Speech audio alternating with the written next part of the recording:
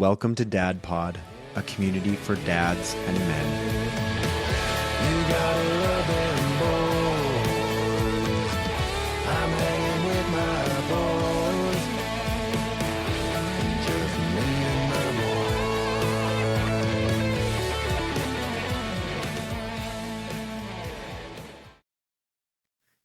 Hello, everybody.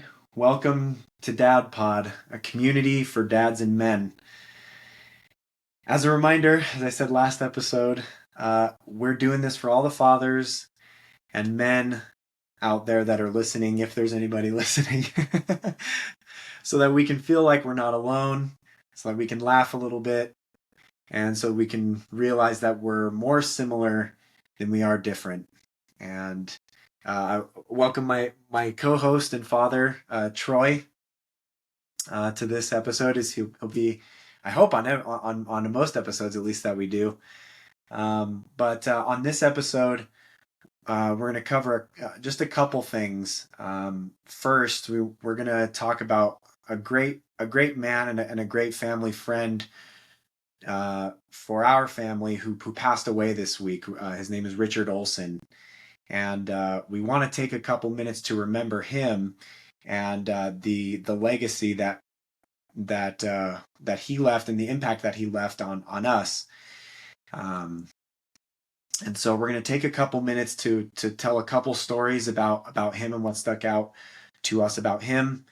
And then we will transition into, that'll be a perfect segue into the the second part, which is we're going to cover a quote that we really like about fatherhood. And we're going to do that a lot on this show, so please bear with us. Feel free to leave comments about what you guys would like to see, or quotes that you guys really like, or any content that's related to fatherhood. We will gladly review and cover, and we want to cover just about everything. So anyway, what we're going to do a lot on this show is cover the movies and songs and quotes, all pertaining to masculinity and fatherhood. So anyway, so that's what we'll do on this show, and kind of starting off and taking a couple minutes to share a couple stories about Richard. So Richard Olsen, I first met Richard back in, we grew up in the same, in Southern California, in the same church community. His kids were always a little older than than me. And the way that I came to know him was through golf. My dad took me and another church friend with Richard to go, to go play some golf on a Saturday morning. And I don't remember much about that encounter. Just in general, speaking to who Richard is, he was willing to kind of go along with the flow, and I don't remember him really ever complaining much, or he's just always a positive person from the moments that I can remember. He was always nice. And so as that kind of transitioned into how our relationship continued, everybody moved from Southern California, including my parents, when I was in college. And so, after I graduated and gotten married, there was a nice situation for me, where I got to move in with my parents in the basement of their house here in Utah, while we kind of saved up for buying a house, which we were eventually able to do because of that. And funny enough, my parents moved from Highland, California to Highland, Utah. And Richard Olsen happened to be in that a few houses down from where my parents moved to. Two houses down. Yeah. Two houses Didn't down. know he lived there. Yeah, actually. Yeah. We just kind of saw him walking down the street. Like, hey, what are you doing? Yeah, you guys are moving in. Oh, can we come help? And it was awesome. Yeah, it was awesome. Yeah. So kind of where this is all going is he knew that I, came and moved in there, and I've golfed. I've never been a great golfer.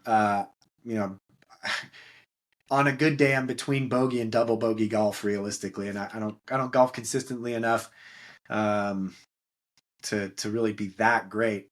But he still decided, he would work at the golf course at Thanksgiving Point, um, and he was really nice enough to say, "Hey, Clay, you want to come play, 9 holes of golf after work?" And during the summer months and kind of when the course would open up, we would go weekly, if not multiple times a week. At that time, my wife, it was just my wife and I, and she was going to school still, doing like 21 credits of, of schooling. So she was gone all the time anyway. And so, I'd finish up a day at work and meet him at the course because I worked at a tech company right next to the course, which was really convenient. Um, but yeah, he was nice enough to take me and so we'd talk about all sorts of things. We talk about life, moving, things that he liked to do. Right? He had mentioned that he joined a choir and was trying to. He was taking lessons, voice lessons, at his age. I mean, he was what, He's in his 70s? 70s, Yeah, he yeah. was well into his 70s. Which is Uh, impressive. oh yeah, and he was never sitting still that way. Uh, and so um, anyway, I found his friendship to be extremely comforting. During when times were a little rough, I could take my mind off of work and go play some golf, and go try to hit that 400-yard drive, which would never, I'd swing like that, but then it'd end up going 5 feet. Um, but yeah, always positive, and always in my interactions. In fact, it's because of him. There's I've kind of taken on a goal to be the most positive person in the room, and that's not something that's unique to me or unique to even Richard, but that's something that he internalized and portrayed very well. In all my interactions with him, whether it was at church or whenever he would invite me to go to his golf tournaments at Thanksgiving Point, he was nice enough to either let me golf for free, or go play in a tournament on one of those, the Nightmare at Thanksgiving Point, or whatever those specialized tournaments were. Um, and so my interactions with him have always been extremely positive. I have nothing but the best things to say just about who he was. In fact, there's a cool story, as well as the golf ones that I have.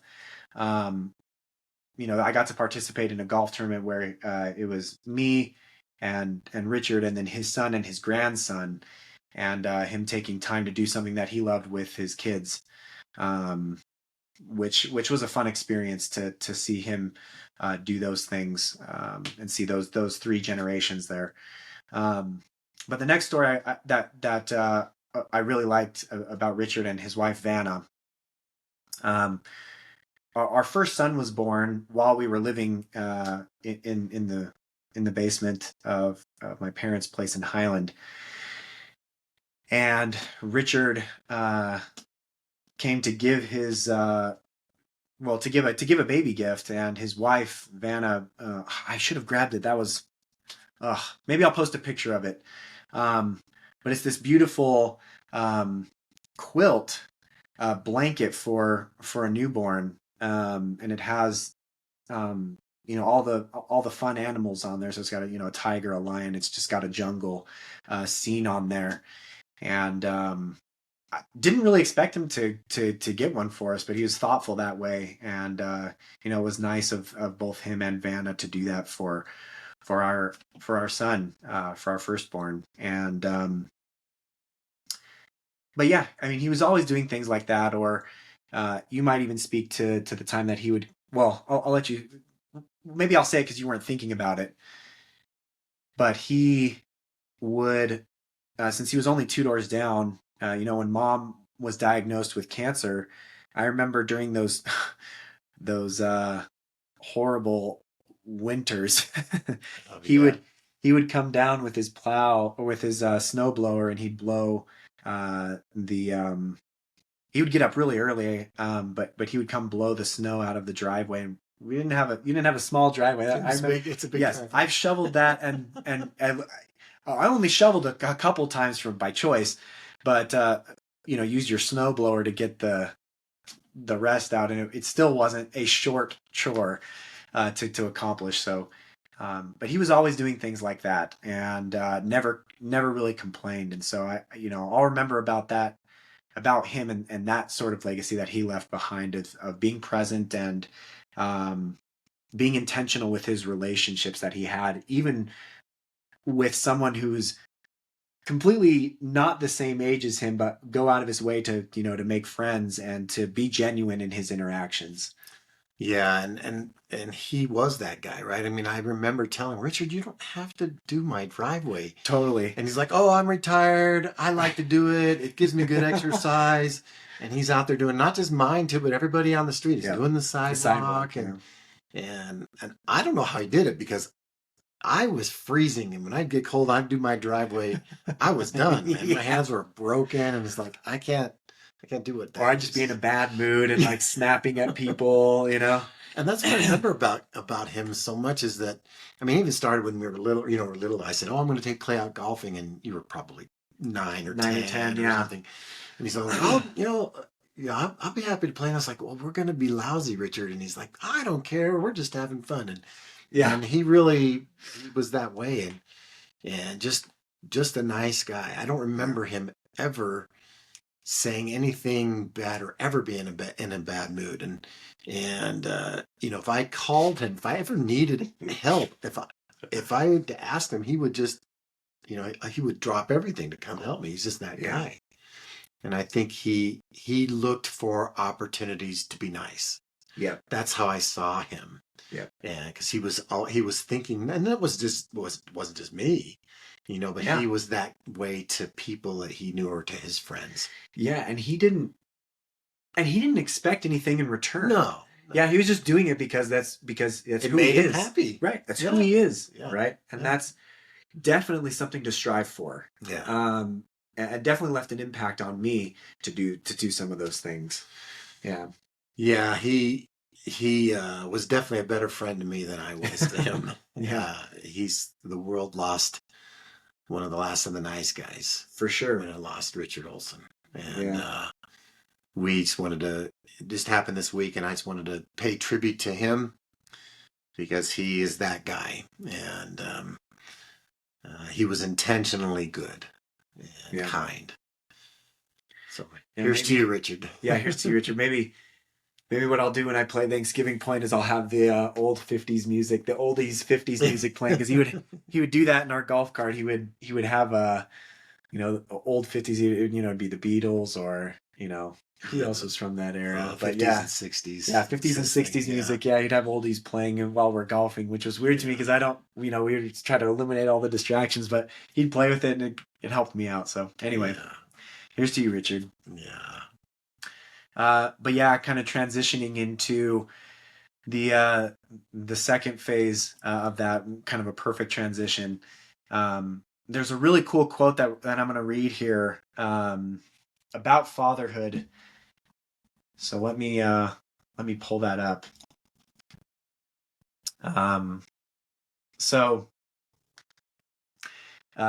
Here it is.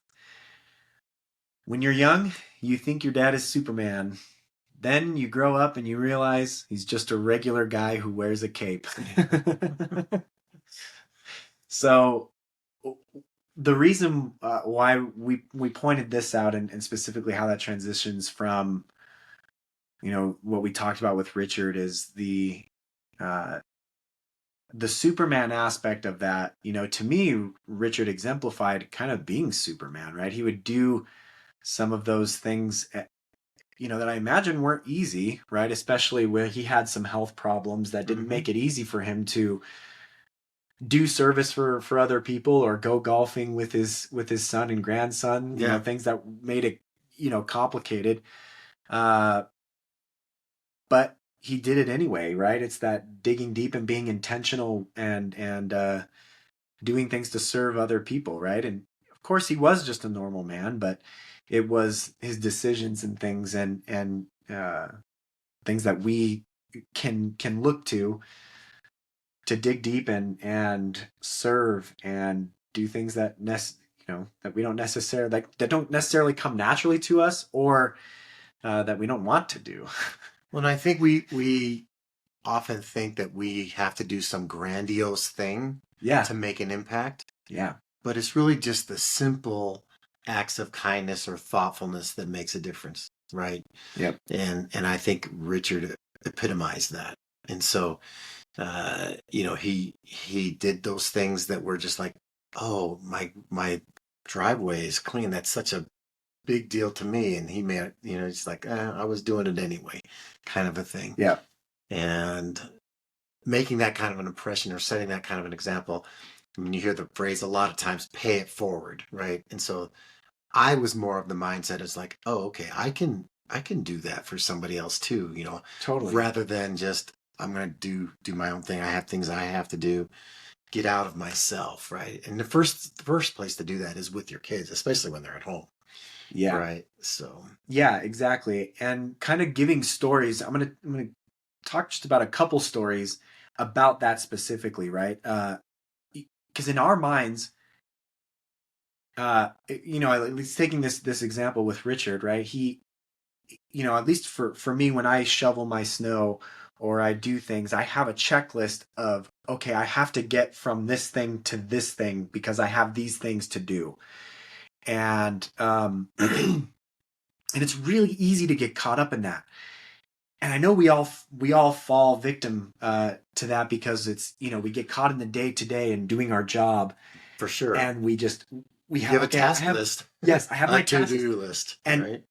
If you don't have one, then your wife for sure has one, like mine does. She does a good job of not slapping me in the face with it every time, every chance she gets. In fact, she gets most of that done herself. She's phenomenal. But we have these things that are set in our minds. And the stories I want to tell today are just going to be, how can we be intentional? How can we be flexible and take control every moment of our schedule? Yes, we can plan and have a schedule so that we can get those things done, because those things are necessary. But let's take some time to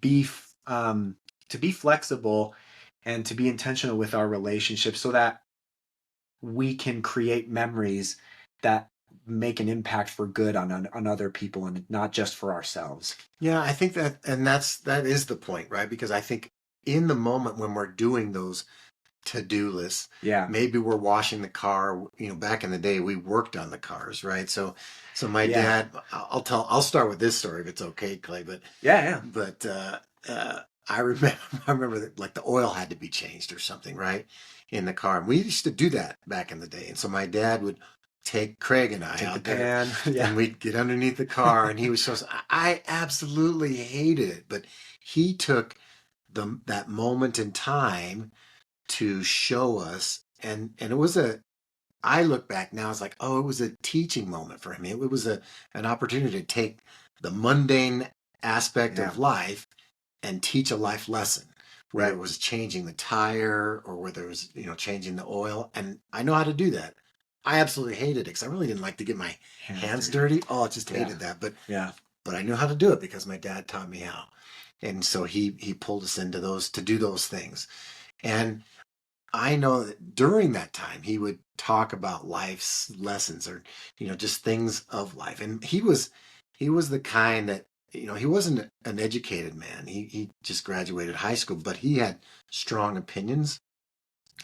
And you're in some ways very much like him, Clay. You don't even know it because you were little when he passed, but he liked he liked the argue.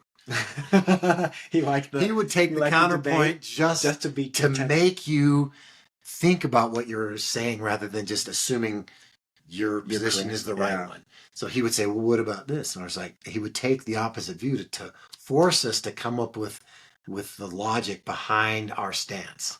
And so those were great teaching moments. And I know Yeah. if you said the sky was blue, he would say, yeah, right. "Okay, well, I don't see it as that. How do you know it's blue?" And it's like, "Dad, you know." So he was really a good arguer, but That's funny. it moved me into that space of being able to defend my position or talk it through with good reasoning or logic. And so, yeah. Right. But because he was intentional and because he was present, right? Mm-hmm. Even when he was working 6 days a week and he did have that time off, he spent that time to be intentional with you guys. Yeah.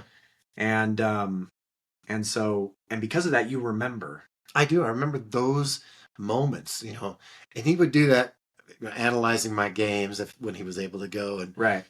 Things like that. Of course, that's most of us do that. Oh, you missed a pass, or what happened? You missed your footing. That guy had knocked you down, Yeah. whatever that was, and you never felt like you missed your footing. But Dad, I had 3 touchdowns. I don't care. You missed that block, or yeah. But he was good in his own right, though. That's a whole another thing, which I didn't know at the time. But yeah, kind of coming back to that quote of being Superman, right? It wasn't some big grandiose, we went to Disneyland and that was like the thing for the year, right? It was the smaller moment that you remember. Yeah. Of changing the oil, right? And from one of my stories of when I was young, I don't even know why this one sticks in my mind, but I still remember I was probably 9 or 10 or so, because it was only maybe a year or so after we moved into the house on Amberwood and Clover Hill. Yeah. So it was a Saturday and we went outside to play catch, and I still remember looking over my shoulder to catch the ball, to catch the football. It was a BYU. I'm pretty sure it was the BYU football, but I don't even remember it. So. Well, yeah. Well, you've seen plenty of footballs come and go in your time, but it was this cool dark blue football. It was a little bit smaller. It was like a medium sized football. But you ran and I know it was a Saturday, and I know we're talking about that checklist of things. Mm-hmm. In that moment, I remembered going and playing catch, and that was a cool, bonding moment with us. When you could have easily just been like, oh, well, we got to wash the car. We got to trim the bushes. I need you to mow the lawn, right? We got to, and maybe we did all those things before we did that, but I don't remember that. I didn't want to do those things either. So let's play catch. Let's play catch. Yeah, that's an easy way to procrastinate. Oh, yeah. Hey, Julie, Clay wants to play catch, so I can't mow the lawn right now. Can't mow the lawn. It's more important to be intentional with my son. But yeah, I mean, how many countless Saturdays have we done the chores that, because we were doing our checklist. And of course, those things are important, but taking some time to go, you know what, I'm going to put away my checklist of things that I feel like I need to do, and I'm going to do something that my son needs to do and I need to do, which is create some bonding time and create a memory of going and playing catch, right? And so that's kind of the superhero moment, the Superman moment that I think is again, those small things that if we can put off the things that we want to do as fathers and that checklist of things and be intentional with our kids, as often as we can, that's going to matter in the long run more than that washed car. But you said something that prompted something for me, because when we had chores growing up, we did them ourselves, the lawns and whatnot, because my dad was at work. And so I just remember Craig and I, it was really Craig, and there's a distance between my brother and sister. So we feel like we did all the work, right? But I got a regular job 8 to 5, and I was off on the weekends, and we did the chores. When I involved you guys in the work, the mowing the lawn or whatever, I wanted to do it with you. So right. I didn't want it to be like, oh, you were a slave. You guys go out there and work, and I'm gonna just sit back here and have a drink, and you guys get to work. I didn't want that to be the case, because I wanted you to see me doing it with you. Yeah. Right. And so, because we didn't see that. Well, that's what a leader. Yeah, but that's what. Well, yeah, but he's 6 days a week. Because I'm not blaming him. When he was there, he worked too, but he was never there. He was working, or he was rarely there. Never is not the right word, but I wanted to be more purposeful when that was the case. 'Cause I didn't want my kids be thinking, oh, he's okay, a slave, well, he's a slave master. And my motto was like, hey, if you see me do it, you can do it, kind of thing. With my language, which put me in check too, right? Because that forced me to be a better person, because I didn't want my kids to it holds you accountable. So I tried to do that. I don't know how well I did there, but yeah, that in regards to chores, that's, I wanted to say, oh well, Dad's not just being lazy; he's also doing it with us. So okay, right, that kind of thing. Yeah, and that's important too. And it doesn't necessarily, you can turn the chores, your checklist, if it's things that you need to get done, turn it into a teaching moment, because the oil was on his checklist of things to do, and he turned it into a moment where it could be a teaching moment and still bond with you guys. Yeah, and I'm sure we were lousy. I mean, he could have done it in 5 minutes. Oh man! But he was showing us how to do it, and of course we. Yeah. Craig was better at it than I was. I was horrible and had no desire to do these things. Well, and that's another topic for discussion, is being patient enough to let your kids fail on something because you just want to get it done. He had hard. To be. And he really, in my own mind, which is probably totally inaccurate, wasn't the most patient guy. Yeah. But I don't remember him ever getting mad when he was having us and we were trying. Yeah. And we were trying and we were putting it forth, effort. He was good with it. Yeah. And that takes having done that with the kids, like, I just want to get it done so I can move to the next thing. Yeah, and I want it done right because I want it done right now.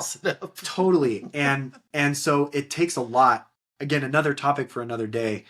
A more specific discussion with different stories about letting your kids do things, and you have to overcome your impatience, with letting them make a mess and then learn how to clean up the mess, or whatever thing. Don't let it be something that's important, I guess.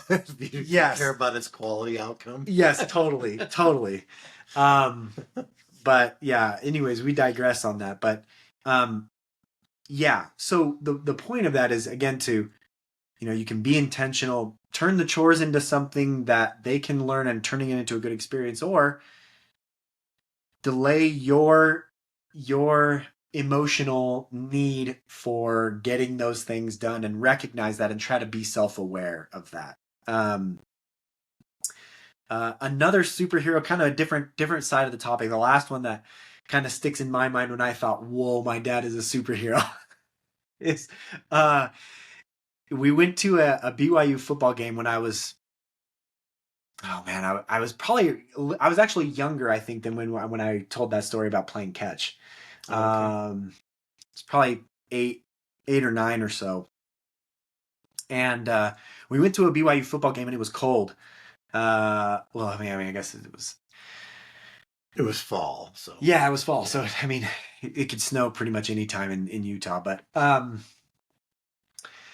at half times or during breaks, they would launch these footballs, and in this case, it was this little foam football. The little logo BYU football. And I remember, I think I said it out loud to you, but I remember sitting in the stands, and they launched it, and it was going pretty far over our heads, and they were going by, but one came fairly close. But I remember looking back, and you played BYU football, which makes this even more fun. But you'd reached out, and I remember watching. It's like a movie moment, right? It's like it was almost slow motion, right? Maybe I'm romanticizing it a bit, but it definitely looked that way to me. But I remember sitting there, like, the ball was launching overhead, and it looked like you were crowd surfing to me. It looked like you had jumped into the crowd and you were crowd surfing on these people, and everyone was swarming around, and there was the one hand on the ball. You snagged it out. In fact, someone had tried to grab onto it because you cut your finger. Then you handed it to me, and I remember thinking, holy cow. You are 6'4", 6'4", 200 plus pounds. So it's, there is something to be said about your stature there, but it is, but I remember thinking like, holy cow, he's Superman, right? But no, he's just a normal guy that knew how to play football and practice his skills catching things because you played tight end. So of course it was like all the stars aligned. I do remember that event actually, and normally I wouldn't care, right? And so it's like I'd let somebody else get that, but because you said I would really want the ball, I'm like, okay, I'm gonna dig deep. I'm gonna get it. And I reached up and got that. I'm gonna dig. Well, it was lucky it came in our direction in the first place. Oh yeah, there's a billion, 70,000 people. But, yeah, there's a ton of people there. So it was kind of fortuitous, but yeah, it's kind of almost like a destiny moment. It was pretty funny. But I wasn't going to be denied. Though. Yeah. Yeah, of course. Yeah, of course, right? And then the last thing that I'm going to say, and well, I mean, just getting into that specifically, right? You can draw upon that energy. It's like what they say, a woman can lift a fully, a huge car because she can dig deep, right? Yeah. It's that when your kids are in a certain situation. I'm not putting like I was under a car or anything in the stadium, but it's the same type of energy, right? When your kids want something, or it's like that desire to go out and get it and provide, right? It's that desire, masculine instinct that for them. The fatherly instinct specifically of going and providing that thing of what they say that they need, right? Yeah. I might have even said those words, I need that, right? Who knows? But yeah, the last story I'm going to say, and then I'll let you, if you have a couple stories of things like that, or one anyway. The other one that made me kind of think Superman, it was that same jaw-dropping moment. It's funny, this all has to do with football. I know, it's funny how that works. But the one that came to mind that I still tell people to this day is it was 1998 because it was when the 49ers were in the playoffs, and we went to go see the Niners play against the Vikings back when Merton Hanks was still on the team, and Warren Jerry Rice might have been on the Vikings. I'm not sure who was the quarterback of the Vikings, but it was a Saturday game. Yeah, it was a Saturday game, and I remember sitting in the stands. Anyway, on one of the off days where they were practicing, we went to one of their practices. We got to stand outside of the 49ers practice stadium, and people were getting signatures from them as they were driving out from the gate. And so I had my calendar. In fact, I still have that calendar with all the signatures. I was waiting for Steve Young to come out, and we even saw Jerry Rice too, but he didn't stop. He drove. He kept going. Yeah. I remember that, but yeah, Steve came out in his white Explorer and came and I remember, because Kyle and I were there, my brother. Well, we were standing there, but I remember you saying specifically, I wonder if Steve still remembers me, because Steve went to BYU at the same time my dad did, and they played together on the practice team, but yeah. So anyway, Steve comes rolling out. He rolls down his window, and you had walked up and you said, you'd said kind of to the people in the area, at least to me and Kyle, you're like, I wonder if he still remembers me, which would be crazy, honestly. But then you said, oh, hey, Steve. And Steve kind of looks over and he kind of glances and is like, Troy? And I remember when you said that, my jaw just hit the floor.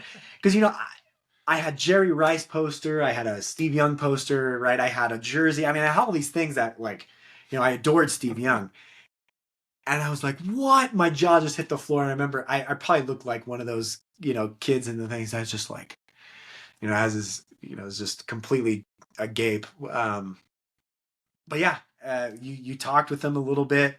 And I remember handing him the, my calendar, and he signed the calendar, and he signed Kyle's ball. Yeah. And the guy, it was funny because the guy that was there, and I wasn't saying anything because I remember this, because I'm not a fan, or I'm not a...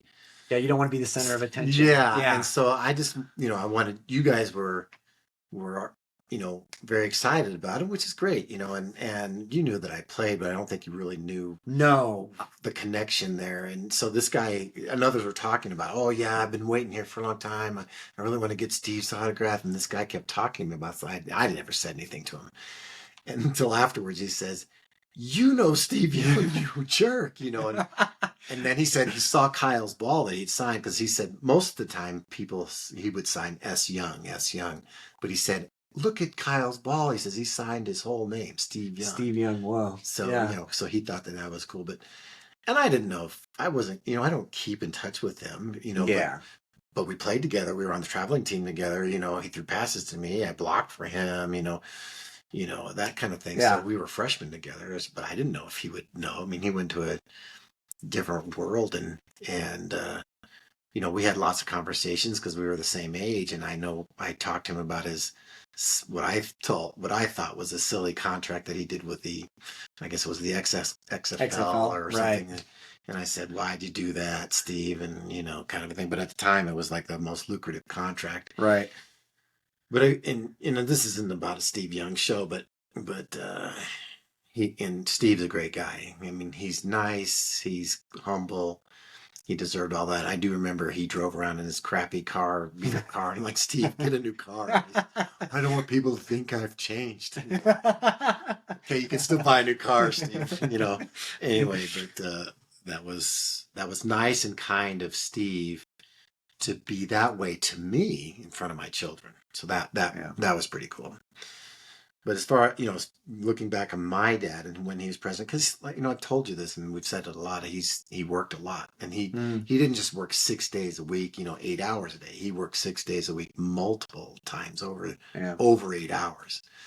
And he didn't get paid a lot, but he knew he needed, and they let him work the overtime to help us survive. But when he was there, we'd go on vacations.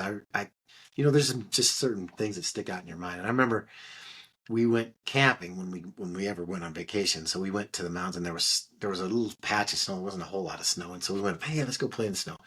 So we all went up, and this was Craig and Eric and my two brothers.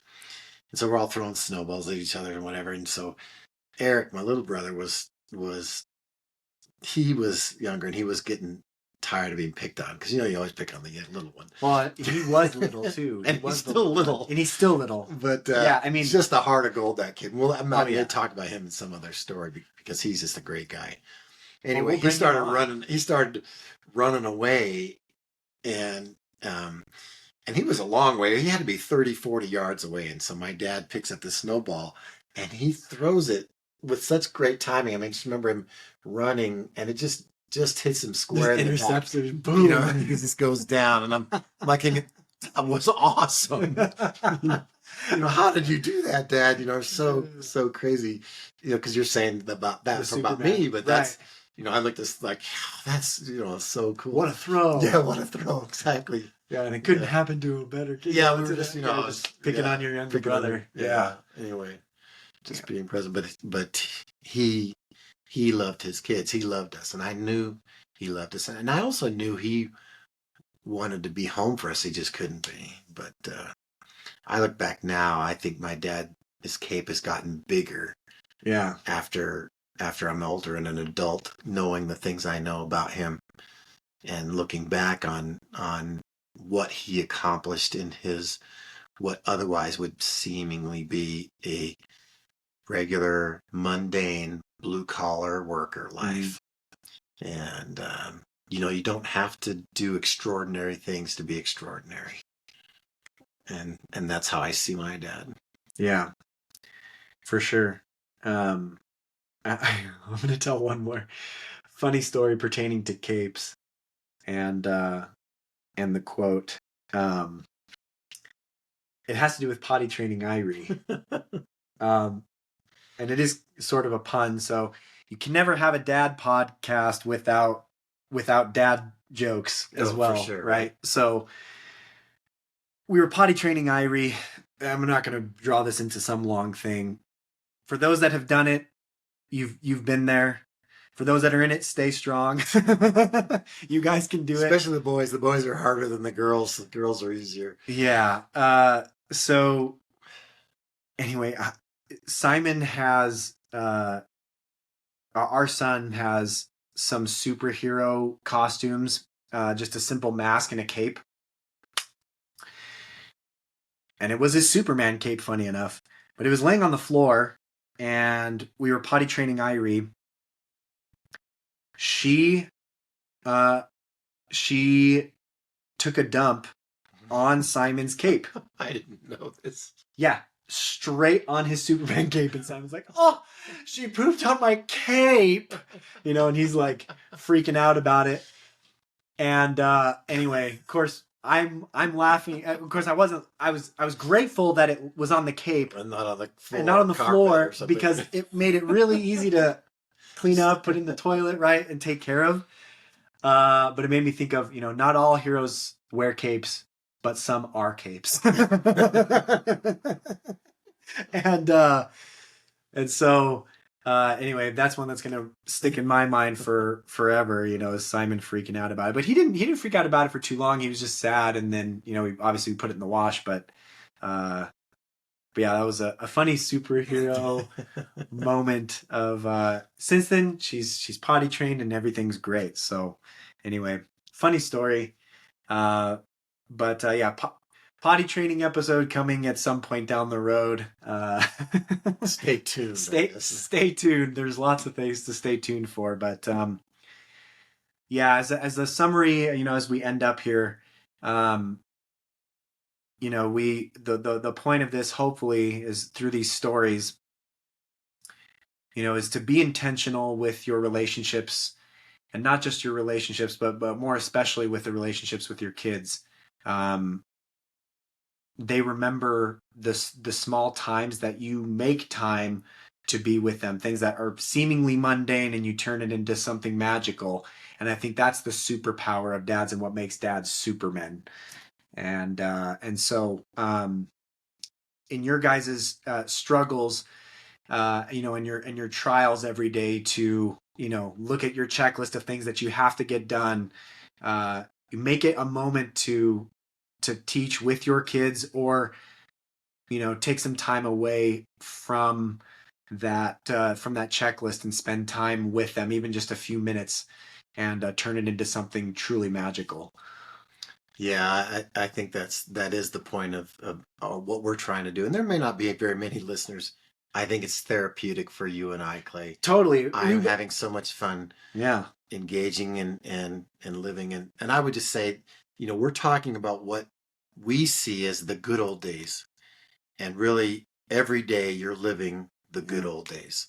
And so if we can go around knowing that, I think that each day might make a bit more, be a little bit more meaningful, and have give a little you bit power. Better purpose. Yeah, give you some empowerment. Yeah, help you feel empowered over your day instead of being reactive to your routine. Yeah, so good.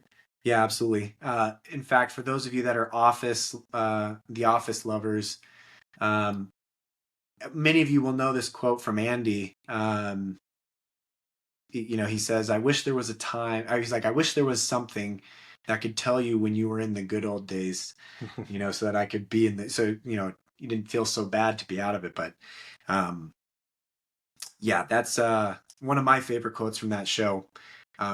Yeah, and there's another Michael Scott moment where he's talking with Dwight. He's like, what's your favorite part of what was your favorite part of The Office, or of our memories in the Office? And he's like, all of them.